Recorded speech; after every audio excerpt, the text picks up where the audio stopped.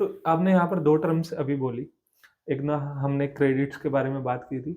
आपने किया कि क्रेडिट्स को मैनेज कैसे करते हैं, हैंडल हाँ, कैसे करते हैं। हाँ, एक तो उसके बारे में बात करते हैं, एक रियल्स के बारे में आपने रियल बात रिटर्न्स। रियल रिटर्न्स के एक इनके बारे में बात करते हैं। पहले आप इसके बाद बारे में बताइए कि क्रेडिट को हैंडल कैसे करते हैं?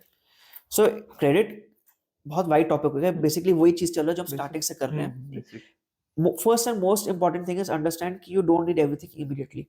ओके, भाई लेटेस्ट आईफोन आया है, hmm, I do not need the latest iPhone अभी।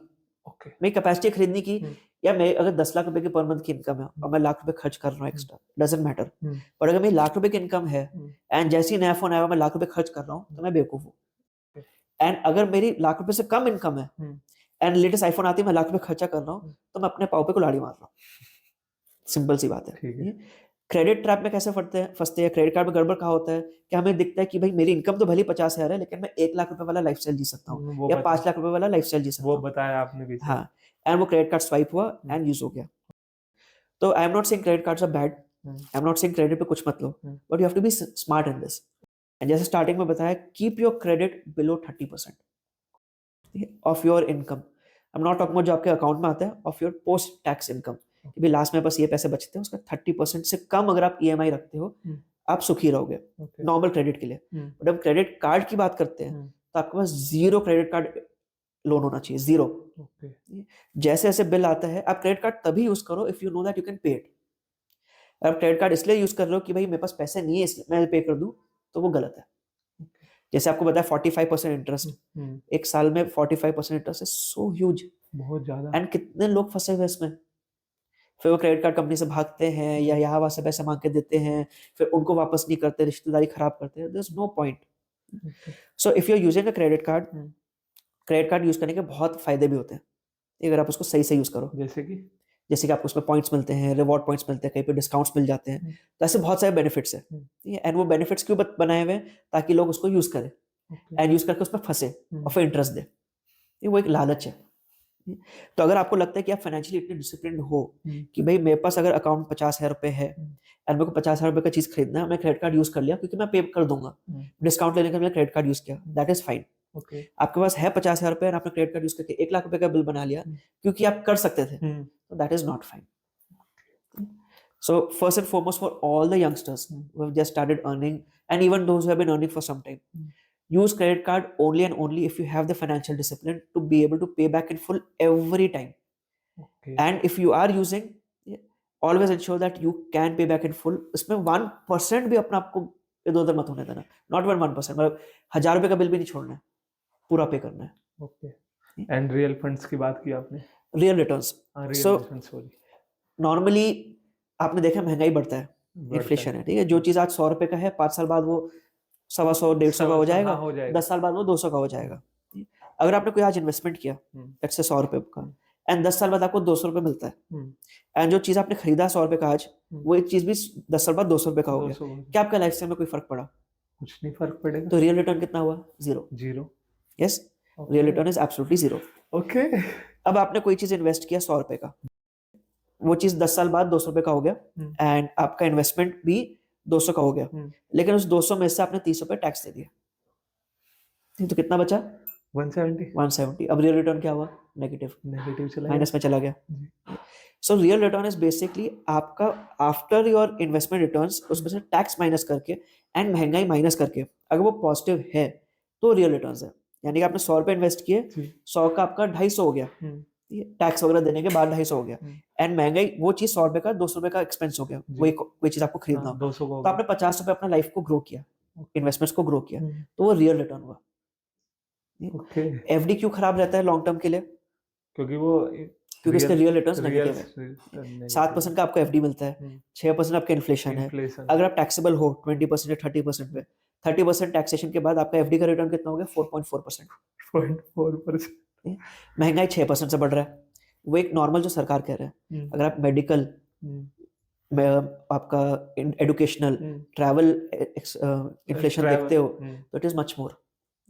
सो आपको लगा कि मैंने पैसे बचा लिए, एफडी हुँ, मैंने कर लिया, हैप्पी, चलो मैंने पैसे बचा लिए, हुँ, बट 10 साल बाद आप वो चीज भी नहीं खरीद पा रहे हो जो आप आज खरीद लेते हैं, हुँ, तो अल्टीमेटली आपने क्या ही बचाया, अपना अपना नुकसान किया। कुछ भी नहीं है था। सो रियल रिटर्न्स की जब हम बात करते हैं, it is very important for a person to know कि उनका पूरा पोर्टफोलियो ओवरऑल उसका रिटर्न रियल है कि नहीं, ना कि एक इन्वेस्टमेंट का। अब इमरजेंसी फंड का रियल रिटर्न हमेशा नेगेटिव होगा क्योंकि वो इमरजेंसी फंड है। एक म्यूचुअल फंड का real return over a period of time equity mutual funds का पॉजिटिव होगा क्योंकि वो बना वैसा है। बट अगर आप इक्विटी को अलग देखोगे, एफडी को अलग देखोगे, आपका पर्सनल फाइनेंस का पोर्टफोलियो नहीं बनेगा। करना क्या है, पूरा एक पेज पे, भाई मेरे पास एफडी में इतना रहता है, मेरे पास गोल्ड इतना है, मेरे पास सेविंग्स में इतना पड़ा रहता है, मेरे पास इन्वेस्टमेंट्स ये है, चाहे प्रॉपर्टी, चाहे म्यूचुअल फंड, चाहे ईटीएफ्स, व्हाटएवर, इसका overall year on year return मेरे को क्या आ रहा है आफ्टर टैक्सेशन एंड एवरीथिंग, क्या वो रियल है, प्लस में है कि नहीं, that is what we have to see. And इस तरह से अगर आप होलिस्टिक पिक्चर देखोगे तो इट इज फाइन। आप दंगल में आमिर खान का एक डायलॉग है कि गोल्ड तो गोल्ड हो गया है, छोरा लाया छोरी। तो रियल रिटर्न्स होता है, चाहे आपका म्यूचुअल फंड की वजह से रियल रिटर्न बन जाए, चाहे एफडी से बने, डजंट मैटर, आपको ओवरऑल पोर्टफोलियो का रियल रिटर्न होना चाहिए।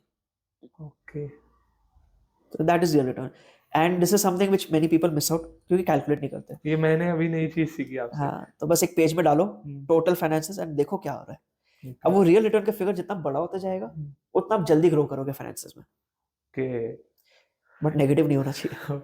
इसमें वेल्थ क्रिएशन की बात आती है। हाँ। तो जैसे सपोज मतलब मैं ही एक 20 साल का बंदा हूँ और मेरे जैसे और भी काफी सारे हैं और उसे वेल्थ क्रिएट करनी है, तो वो कैसे कर सकता है, या फाइनेंशियली इंडिपेंडेंस वो कैसे हो सकता है? तो फाइनेंशियल इंडिपेंडेंस के लिए मैं आपको फ्रेमवर्क स्टार्टिंग से ही दे रहा हूँ। सबसे पहले आपका defence, emergency fund and insurance, फिर आपके सिंगल्स एंड डबल्स जिसमें आपका RD, date funds, hybrid funds काम आते हैं, एंड फिर आपके छक्के चौके जिसमें आपके म्यूचुअल फंड, स्टॉक्स, इक्विटी या प्रॉपर्टी काम आता है।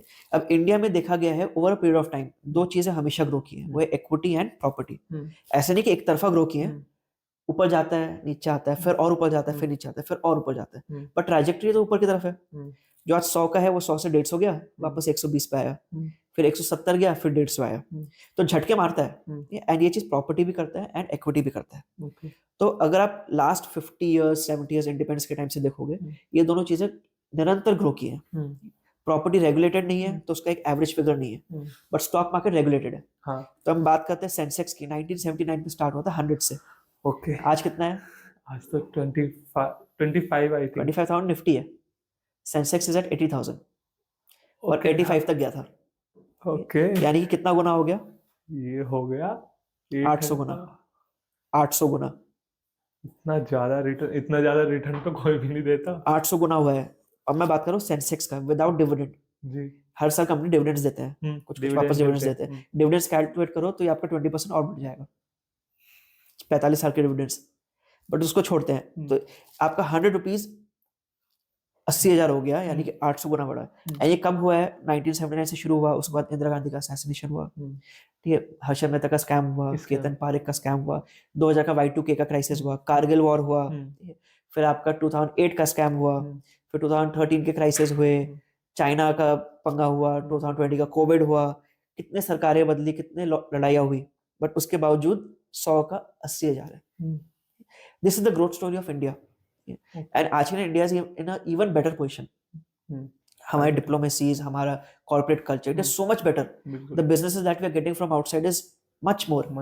सो ये जो जर्नी है ये खत्म नहीं हुआ है, ये अभी आने वाले 30-40 साल में और बेटर होने वाला है। And if you want to create wealth you have to be in the story. And जब एक इकोनॉमी ग्रो करता है तो साथ में क्या चीजें ग्रो करेंगी? उस इकोनॉमी के बिजनेसेस ग्रो करेंगे, उस इकोनॉमी का जमीन ग्रो करेगा। बिजनेसेस यानी कि क्या? जो लिस्टेड कंपनीज है, यानी कि शेयर्स, एंड जमीन जो प्रॉपर्टी है। अब इशू क्या होता है फॉर अ नॉर्मल पर्सन कि मैं कौन से शेयर में इन्वेस्ट करूं या कौन से प्रॉपर्टी में इन्वेस्ट करूं? You can not be sure. Property फिर भी दिखता है तो एक आइडिया लग जाता है, चलो ये लोकेलिटी है एंड ये लोकेलिटी अच्छा लग रहा है, चलो डाल दिया। लेकिन शेयर में क्या है, जब तक आप रिसर्च नहीं करोगे आपको नहीं पता रिलायंस क्या काम कर रहा है या टाटा क्या काम कर रहा है या कोई एबीसी कंपनी क्या कर रहा है। एंड अगर आपने उस पर लगा दिया विदाउट नॉलेज, हो सकता है उसका काम गड़बड़ हो। हाँ, हो सकता है। जो कंपनीज 40 साल पहले थे, सारे के सारे कंपनीज तो आज नहीं है, उसमें से आधे खत्म हो गए और जो आधे बच गए वो जैकपॉट बन गए। तो हाउ डू यू नो कि आप उस जैकपॉट में हो कि वो खत्म वाले में हो? वो सही बात। रिसेंट टाइम में किंगफिशर खत्म हो गया, जेट एयरवेज खत्म हो गया, दो कितने बड़े कंपनीज थे, डीएचएफएल खत्म हो गया। There are huge companies. नाम थे एक टाइम पे इनके, नाम थे, आज भी सब जानते हैं इस कंपनीज को। तो यू डोंट नो कौन से स्टॉक में इन्वेस्ट करना है, ओके वहां पे म्यूचुअल फंड्स आते हैं। तो म्यूचुअल फंड में एक फंड मैनेजर है, हम्म, वो पैसों को हैंडल कर रहा है, हम्म, उसका एक एनालिसिस है, रिसर्च है, उस बेसिस पे उस मनी को इन्वेस्ट कर रहा है, हम्म, एंड आपका हेडेक खत्म हो जाता है कि मुझे किस में डालना है। Okay so mutual fund is not a jackpot. Hmm, एक स्टॉक आपने आज खरीदा, हो सकता है एक साल में 10 गुना हो जाए, हम्म, जैकपॉट है, हो सकता है 0 हो जाए। म्यूचुअल फंड में दोनों चीजें नहीं होंगी।